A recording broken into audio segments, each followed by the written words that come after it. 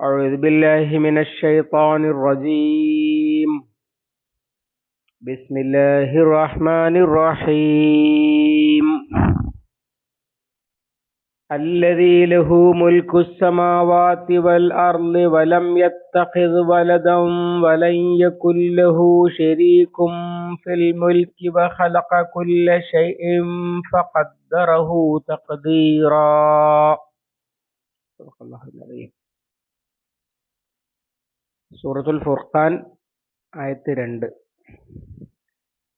അല്ലദീ യാതൊരുത്തൻ, ലഹു അവനുള്ളതാണ്, മുൽക്കുസ്സമാവാത്തി ആകാശങ്ങളുടെ അധികാരം അല്ലെങ്കിൽ ആധിപത്യം, വൽ അർളി ഭൂമിയുടെയും, വലം യത്തഖിദ്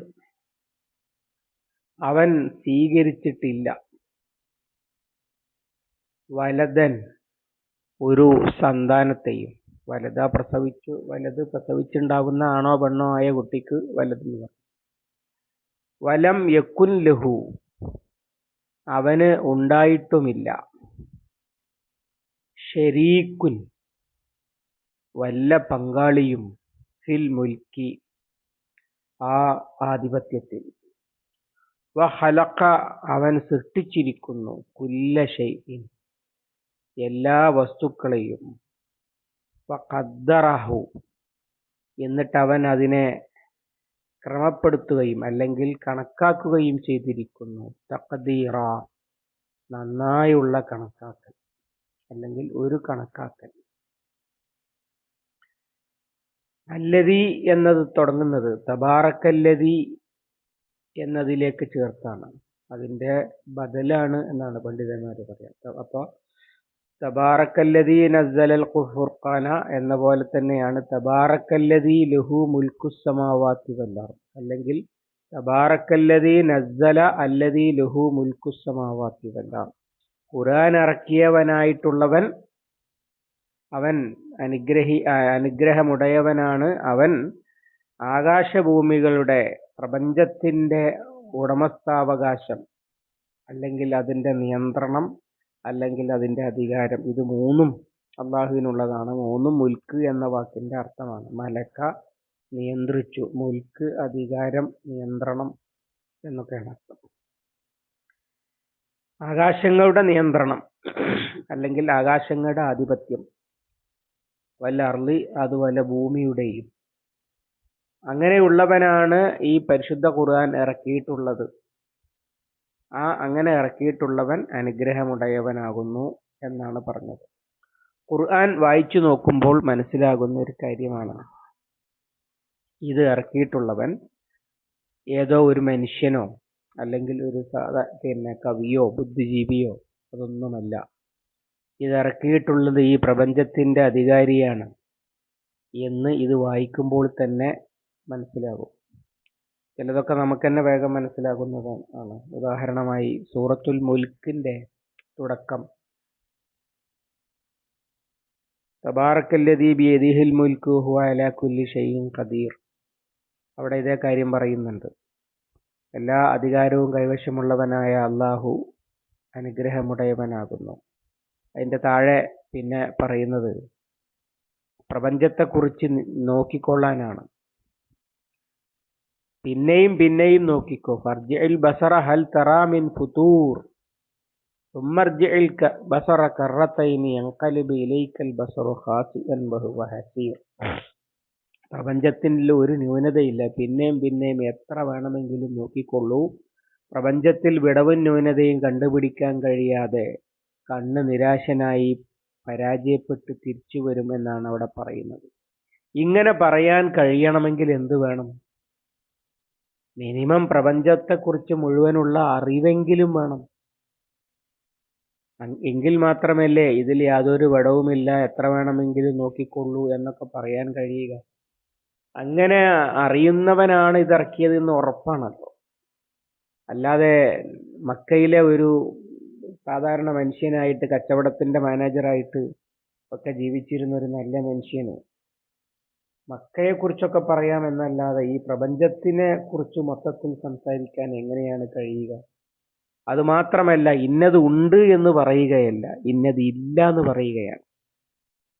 പ്രപഞ്ചത്തിൽ ഒരു ഒരു പോരായ്മയും ഇല്ല എന്ന് പറയണം. ഇല്ല എന്ന് പറയാനാണ് ഏറ്റവും അറിവ് വേണ്ടത്. നമ്മൾ പലപ്പോഴും മുമ്പ് പറഞ്ഞതാണ്. ഇന്നയിടത്ത് ഒരാൾ ഉണ്ട് എന്നറിയാൻ അയാളെ എവിടെന്നോ വെച്ച് പരിചയപ്പെട്ട ഏതൊരാൾക്കും പറയാൻ പറ്റും. ആ നാട്ടിൽ അങ്ങനെ ഒരാൾ ഇല്ലല്ലോ എന്ന് പറയാൻ ആ നാട്ടുകാരെ മുഴുവൻ അറിയേണ്ടി വരും. എന്നതുപോലെ പ്രപഞ്ചത്തിന് ന്യൂനത ഇല്ല എന്ന് പറയാൻ മിനിമം പ്രപഞ്ചത്തെക്കുറിച്ച് മുഴുവനുള്ള അറിവെങ്കിലും വേണം. അതൊക്കെ ഖുർആൻ വായിക്കുമ്പോൾ മനസ്സിലാകുന്ന ഒരു കാര്യമാണ്. ഈ ഖുർആൻ ഇറക്കിയിട്ടുള്ളവൻ യാതൊരു ന്യൂനതയും ഇല്ലാത്ത പ്രപഞ്ചത്തിന്റെ മുഴുവൻ അധികാരിയാണ് എന്ന് ആമുഖമായി പറഞ്ഞു വെക്കുകയാണ്. ഖുർആനാണ് ഈ സൂറത്തിന്റെ വിഷയം നമ്മൾ കഴിഞ്ഞ ദിവസം പറഞ്ഞല്ലോ. പിന്നെ വലം യത്തഖിദ് വലദ, അവൻ ഒരു സന്താനത്തെയും സ്വീകരിച്ചിട്ടില്ല. അള്ളാഹുവിന് സന്താനത്തെ സങ്കല്പിക്കുന്നവരാണ് ഈ സൂറത്ത് അവതരിക്കുമ്പോൾ മക്കയിലുള്ള മുശ്രിക്കുകൾ. അതുപോലെ തന്നെ അന്ന് ലോകത്ത് വലിയ അധികാരം വാഴുന്ന ക്രിസ്ത്യാനികൾ. പിന്നെ വേദത്തിന്റെ ആളുകളാണ് എന്ന് പറഞ്ഞു നടക്കുന്നവരിലും ഉസൈർ ഇബ്നുല്ലാഹ്, ഉസൈർ അള്ളാഹുവിന്റെ മകനാണ് എന്ന് വിശ്വസിക്കുന്നവരുണ്ട്. അതിനെ എല്ലാറ്റിനെയും നിഷേധിക്കുകയാണ്. ഈ പരിശുദ്ധ ഖുർആൻ ഇറക്കിയിട്ടുള്ളവൻ അവൻ ഒരു സന്താനത്തെയും സ്വീകരിച്ചിട്ടില്ല. വലം യത്തഖിദ് വലദ. പല സ്ഥലത്തും പരിശുദ്ധ ഖുർആൻ ഇത് ആവർത്തിച്ച് പറയുന്ന ഒരു കാര്യമാണ്. വലം യകുല്ലഹു ശരീക്കും ഫിൽ മുൽക്കി,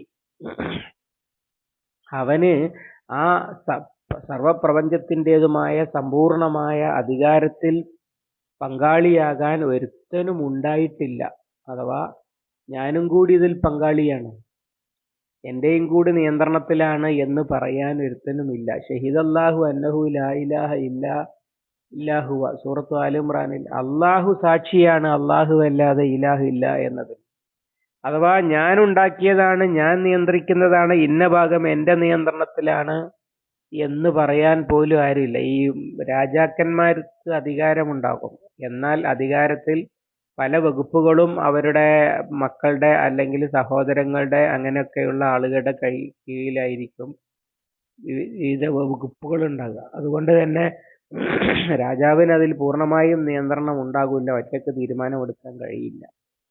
ഇങ്ങനെയൊക്കെ ഉള്ള ആധിപത്യമല്ല അള്ളാഹുവിനുള്ളത്. സമ്പൂർണമായ അധികാരവും ആധിപത്യവുമാണ്.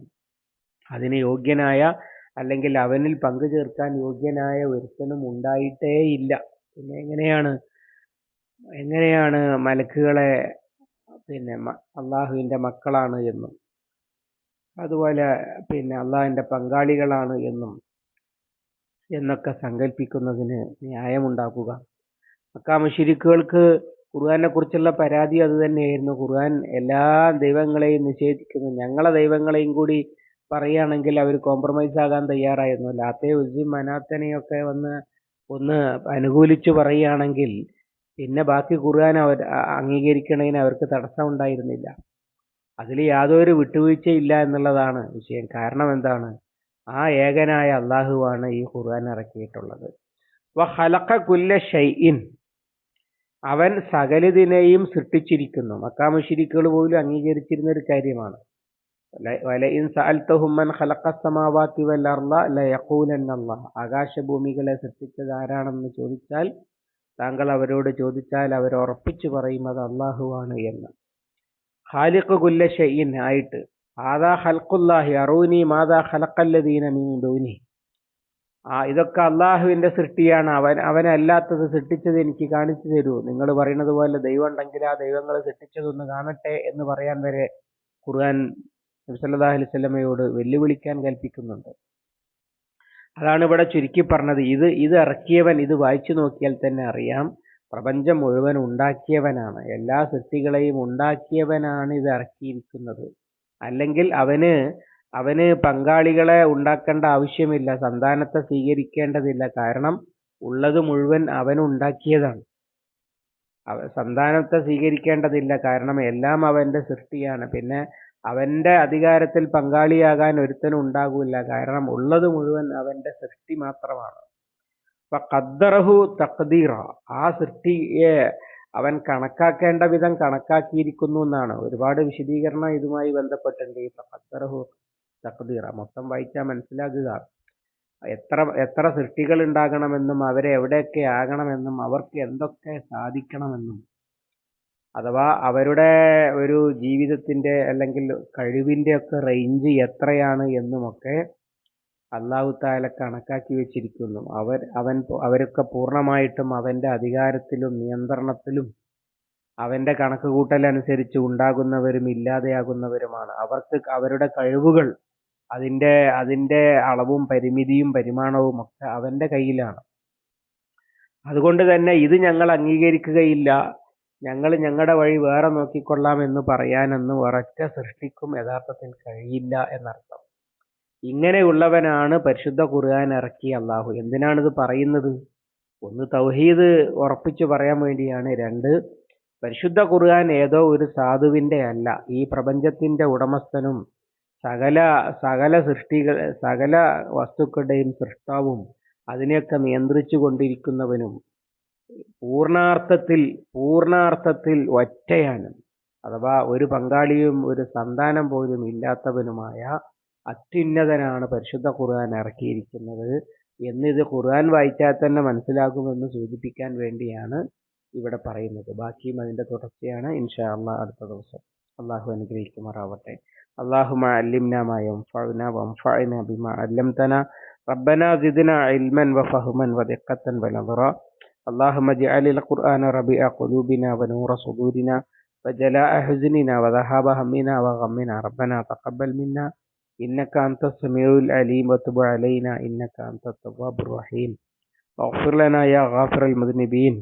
وصلى الله على محمد وعلى آله وصحبه وسلم من تبعهم بإحسان إلى يوم الدين والحمد لله رب العالمين.